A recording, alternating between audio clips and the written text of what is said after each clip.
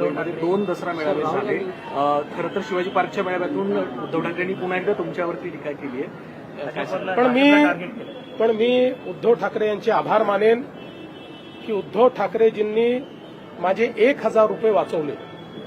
कारण मी आव्हान केलं होतं की उद्धव ठाकरे यांच्या भाषणामध्ये विकासाच्या संदर्भातला एक मुद्दा दाखवा आणि 1,000 रुपये मिळवा. काल मी तर काही त्यांचं भाषण ऐकलं नाही, पण मी फक्त भाषण संपल्याबरोबर जे भाषण ऐकणारे आहेत त्यांना विचारलं, 2-3 पत्रकारांना विचारलं, बाबा मला 1,000 रुपयाचं त्या ठिकाणी आता फटका आहे का? उद्धव ठाकरे काहीतरी विकासावर बोलले का?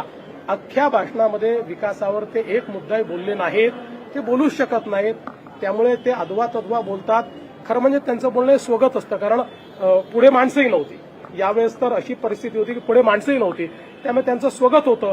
पण तरी देखील त्यांचे आभार मानतो की त्यांनी नेहमीच्या पद्धतीने लोकांच्या संदर्भात, विकासाच्या संदर्भात, लोककल्याण कसं करणार, राज्याला पुढे कसं नेणार, बीएमसीला पुढे कसं नेणार, याबद्दल अवाक्षरही न काढता मी जे बोललो ते सत्य करून दाखवलं आणि माझे 1,000 रुपये वाचवले, त्याबद्दल आभार.